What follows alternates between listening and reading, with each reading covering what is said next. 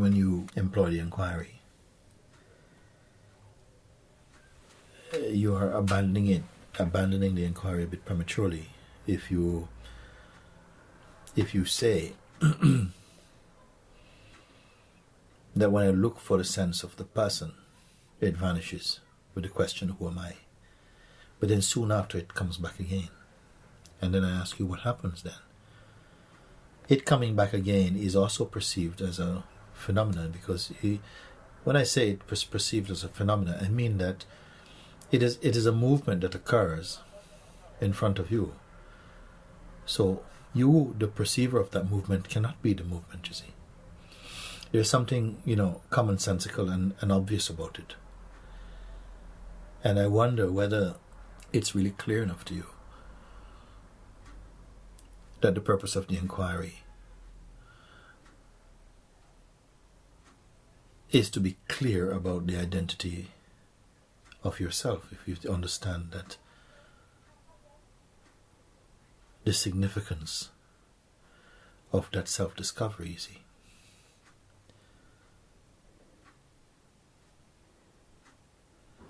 Because we keep on reporting about the effects that happen in consciousness. But that which perceive the effects, you see, is what you're being asked to be clear about. Not the effects, because the effects can be ongoing. It can be ongoing. As long as you have an identity, the effects will keep coming. It will feel like these things are happening to me. They're happening to me. Why does this happen to me? What can I do about it? So the question comes back again to the I, who is affected by these things that are happening, that it perceives. So this I, you are taking yourself to be this I. You speak as though you are this I. You carry the fragrance and the identity of this I. And because it feels so totally natural, it goes unquestioned, you see. And if something feels to be natural and truthful, then you don't question it.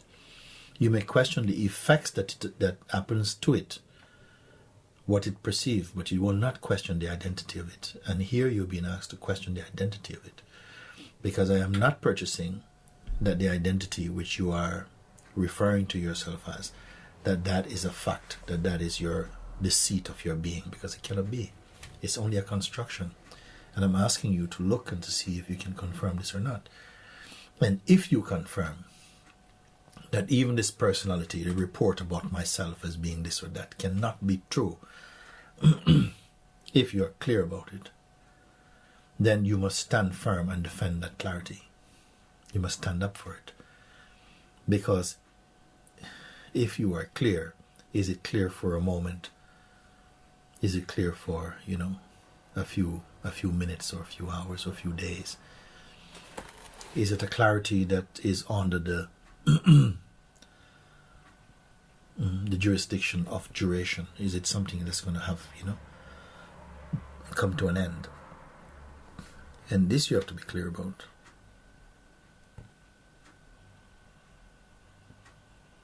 When you say clarity, something is clear. And the something that is clear is that all of this that is appearing in front of me, it seems to appear to me, but it cannot be a definition. It cannot be the content. It cannot be the actuality or the reality of what I am. It is an effect appearing in me. And I'm going as far as to say that the personality, the identity, is an effect occurring in me. I am the perceiver of that effect. So therefore, who can I be who is perceiving even something as subtle and as intimate as the sense of the me as a person, you see? And for this, you have to slow everything down. Or in fact, even I don't say slow it down, might sound like a bit of a strenuous task or something. But let me say another way is to hold on to the sense of the perceiver, because everything is hanging on to the perceiver, without whom nothing can be perceived, nothing can be said to be experienced or appear. This is how important it is, this investigation. I put it to be the most essential discovery. So much so that it can get rid of the confusion from the mind. Because I don't feel that there's anyone in this world who is confused without identity. If you don't have an identity, I don't see how you can be confused. If you're clear in yourself as to what you are, I don't see how you can be confused.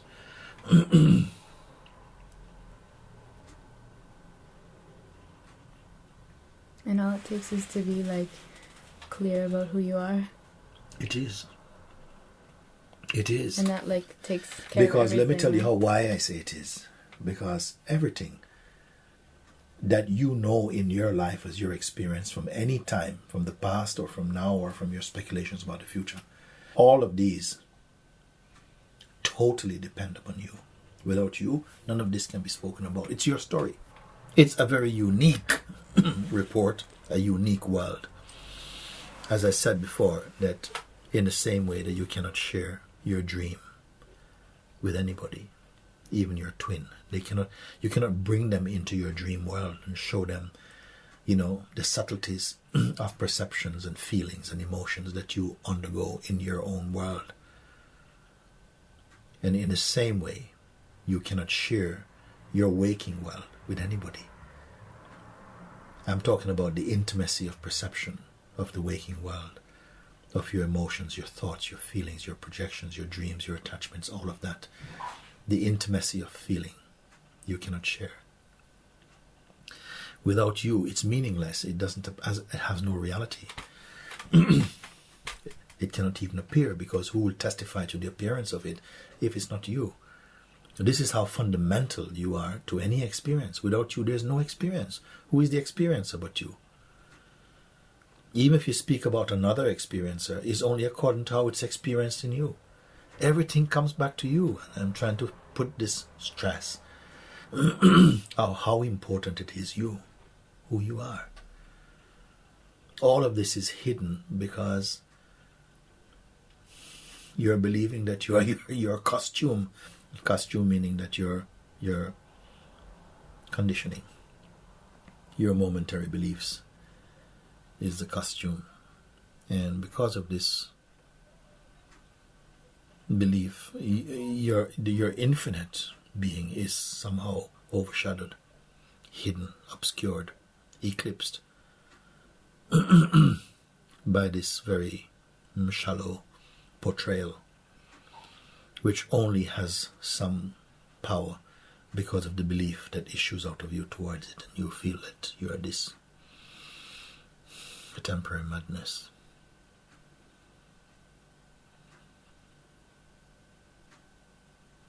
You see,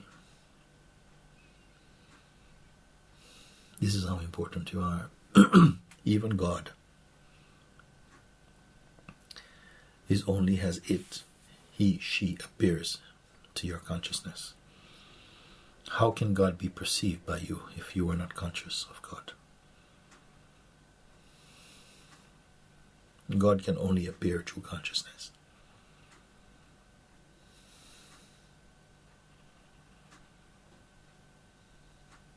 You are the consciousness, while this body and the life force and the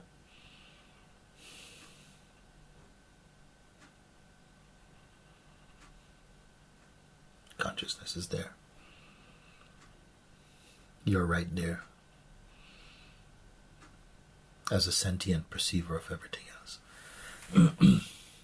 But further back, we can reverse further back, deeper, where even this consciousness becomes phenomenal, because you are the witness of consciousness. Just like you know now that you are conscious, you're experiencing consciousness. So you must stand apart even from this consciousness. Even if you want to regard it as an aspect of yourself, is capable of perceiving the consciousness, which contains the information of your identity, of your mortal presence, your historical presence is contained in memory, What is memory without you who perceive memory with the aid of consciousness, you see? This is why I'm pointing. At the moment you're having trouble because you limit yourself to an identity. And this identity is not even true. It's a construct. You've swapped yourself for a notion that is created, a construct out of your social conditioning, family conditioning. So many things contribute to the present mode of perception of yourself. Most of it is really untraceable. You cannot even know where it comes from. But all of them are effects in consciousness, and you are the witness of this consciousness. I don't know how simple this language is being, processed in your own consciousness. The words themselves are clumsy. Because there's no gap between what is being spoken about and what is being, where the speaking is coming from. There's no gap in it. It is you, This is why I say hold on to yourself. You keep on describing the effects. Oh, my mind is like this. Oh, my mind is... I think, what the hell are you talking about? Why are you speaking so much about your mind? You're speaking about your mind. Your interest in the mind is the very oxygen being breathed in the nostrils of the mind.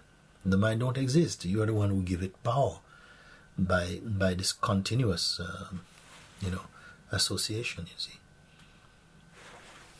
What is mind? Can anybody bring the mind? Can you take a photograph of your mind? Can you paint a picture of it? What is the shape of the mind? Where is the source of the mind?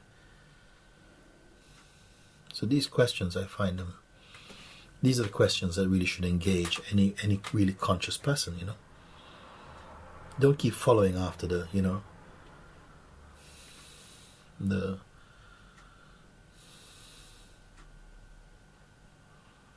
idleness of this kind of lowly expression of consciousness. Don't run after this. Better you just hold still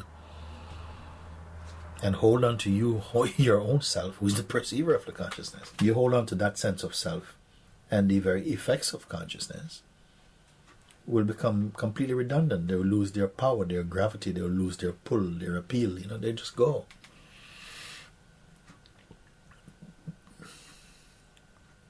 For instance, you don't come here and talk about mechanics, car mechanics. Why? Because you have no interest in it. Even though there are many, many mechanics in the town and drivers of cars and all of this, there's car shows and car parts. You never talk about this thing because you don't have any interest. That's not for you. If somebody came to your house, you would not invite a mechanic to your house for dinner because you wouldn't want to hear this kind of conversation. You see? Because it would just be totally torturous for you. In the same way, there will come a time when you will not want to invite anybody who is conversing about their mind to your dinner, because it will be totally torturous for you, because you won't have... You say, why would you want to talk about something like that? What a waste. It's like you come in here and you want to discuss, what's in your garbage. Why would you want to discuss this? Unless somehow you've thrown out, the family jewels in the bin or something. You say, okay, fine, let's try and find them. But where's the family jewels in this case? What are you talking about? The past and, what you felt about this and this old story. And the thing in its own time, it's past, it's finished. It doesn't exist apart from memory seems to imbue a kind of false life onto it. And your affection for memory and your identity is sustaining this seed of memory, giving it the appearance of a life that it doesn't have, you see. I wish everyone would understand this thing, because if you understand this, this world immediately, instantly would change character.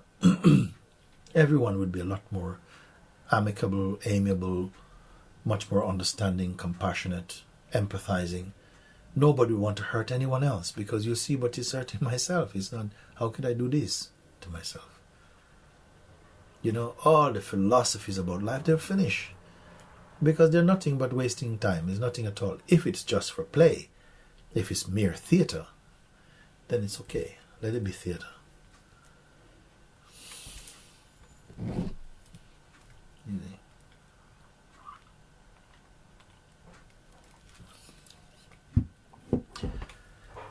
And you're old enough now.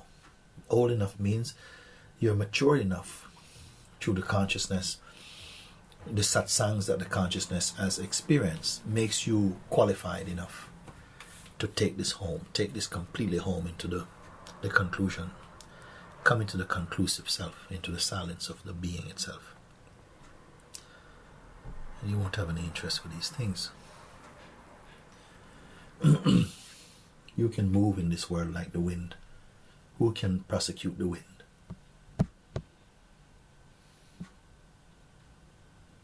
You really are that already, you know.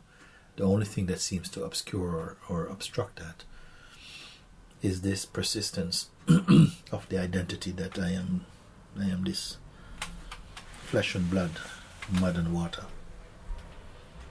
And that I am the doer of my life, the thinker of my thoughts, the doer of my actions. And that, unquestioned, is promoting continuing delusion. Like this. And I don't blame anybody for not inquiring, because there's nobody there to really inquire independent of consciousness. It is consciousness that must stir itself into sufficient fascination for inquiring into itself.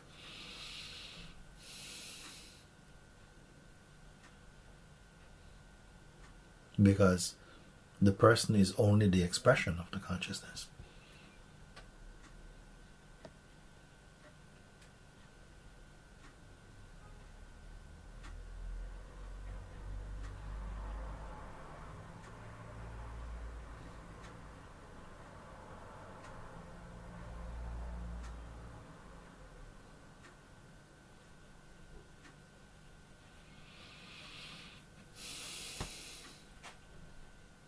What is your feeling?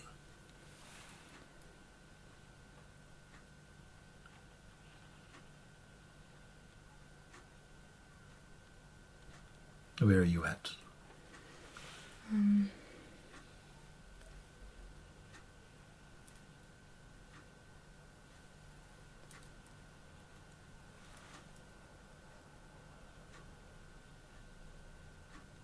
Like I see that everything is seen by something that's not like involved, but That something is you or not? yeah. But it's like I'm like not convinced or something. Like I need to like either maybe I'm postponing. You see, you can only continue this second part of what you're saying because you have not stopped at the first part conclusively. Yeah. You say that I can see that everything is being seen by something which is not the thing that is seen. And I want to say, go in fully into that thing, which is in whose presence the perception of all that is arising takes place. If you take one thing of these things I'm speaking to you about and sink yourself completely into it, contemplate it,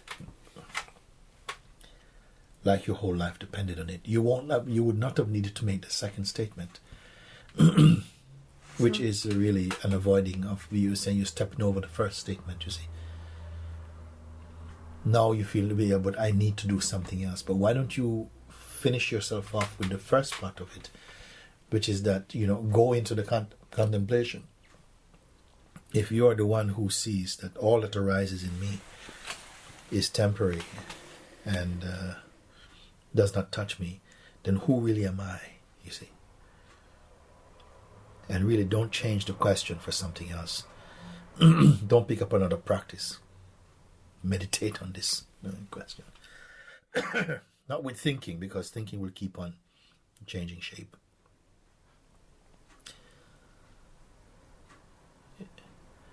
It must result in an insight and a direct experience. See? Because it's only if you're keen on philosophizing that it will turn into a kind of philosophy and then move into more and more reasoning. Not more reasoning. Has to be a sort of concrete discovery. I can't be any of this. I can't be any of this. Neither now or at any time. So something keeps saying, yes, but these things come back and I can't remember this. And I said, well, who is saying I can't remember? What's it to do with remembering and forgetting, you see? You see, you're buying this idea that you need to remember this. And I'm asking, who needs to remember this? Someone gave you the name. You didn't have it before. Someone gave you a name that you didn't have it before. Their intention was that you would catch hold of the name. So you were there before the name came or registered. And so the name got registered in you. And once it got registered in you, then you never forgot it. Nor did you even remember it. It just was there. That's amazing. This is a phenomenon that was whispered into the consciousness when it was in infancy in this body. And at a certain point, within 2 or 3 years, it never forgot this imprint of this name. It was circumcised with the name. And it never forgot the name. 10, 15, 20, 30, 40, 50, 60, 70 years later, it's not forgetting the name. And this name is not original to you. You could have been called any other thing. They could have called you Potato Head. You would not forget you am Potato Head. No, I'm not Orange Skin. You would have remembered something like this. How amazing that this type of fierce loyalty exists for a name that doesn't come with the body. And you made no effort to remember it. And now you're thinking you have to make an effort to remember the consciousness, which itself was there before the name, and it's it that is remembering the name. So if it doesn't forget the name, which is not original, how can it forget itself, which was before the name came? So this is a complete fallacy. It's a complete fraud. It's not true that you have to remember who you are. It's not true that you have to remember who you are, nor did you forget who you are. But it was believed, and because it was believed into existence, and then it became a challenge which did not exist before. You were there. I don't think in the animal kingdom a lion has so many cubs. I don't think she gives them names. I don't think so, she gives them names. But I don't know this thing.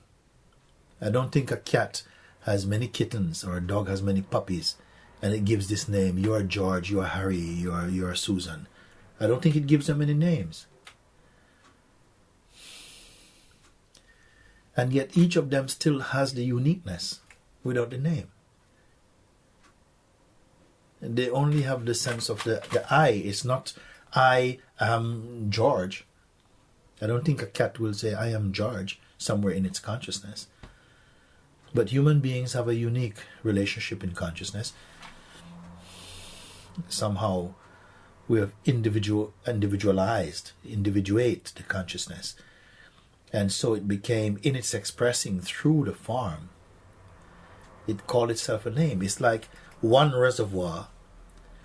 You open any tap in any household, in the bathroom, kitchen, or wherever it is. Some people in rich houses have golden taps. Some have bamboo taps, copper taps, rubber taps they open. But the water is the same. The water is the same. Now you may call this tap, the tap of Venice, or this one is the tap of paradise. But they're just names. The water is the same one. It's coming out of it, no? What is the name of this water? You're not naming the water. You're naming just the tap. The body, you're calling the body. I am John. You want to taste my water. My water is better than your water. But it's the same water, isn't it? What to do with this knowledge? Nothing. Just you imbibe this knowledge. Understand this. Because all of this is about you. All of these are mirrors that is reflecting to you your own, being. Your origin, your original being. And drown yourself in that contemplation, that knowledge, that self-knowledge. Be taken over by it, if you want to say that. What is going to get taken over? Presently, the imaginary idea of oneself, the ghost of identity and of ego, will get taken over by the original landlord, the pure being. This is the only opportunity for the human being to wake up to the perfect understanding of our nature. And then all these things that you talk about, people talk about, suffer about, remember, all the pains and sorrows of the world, the frustrations, the depression, the anxiety, the fears, all these energies, they will become quiet. They will resolve themselves, merge themselves into the Supreme. And this world will be beautiful. But the world has got to start being beautiful in our own mind. There's no world outside to become beautiful. The world became dirty in the mind, and the world has to become beautiful in the mind.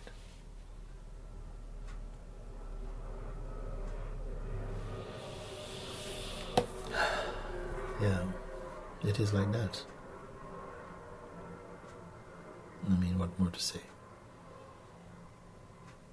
All these contemplations, they bring you back to yourself. Your original self. Your before the Garden of Eden self.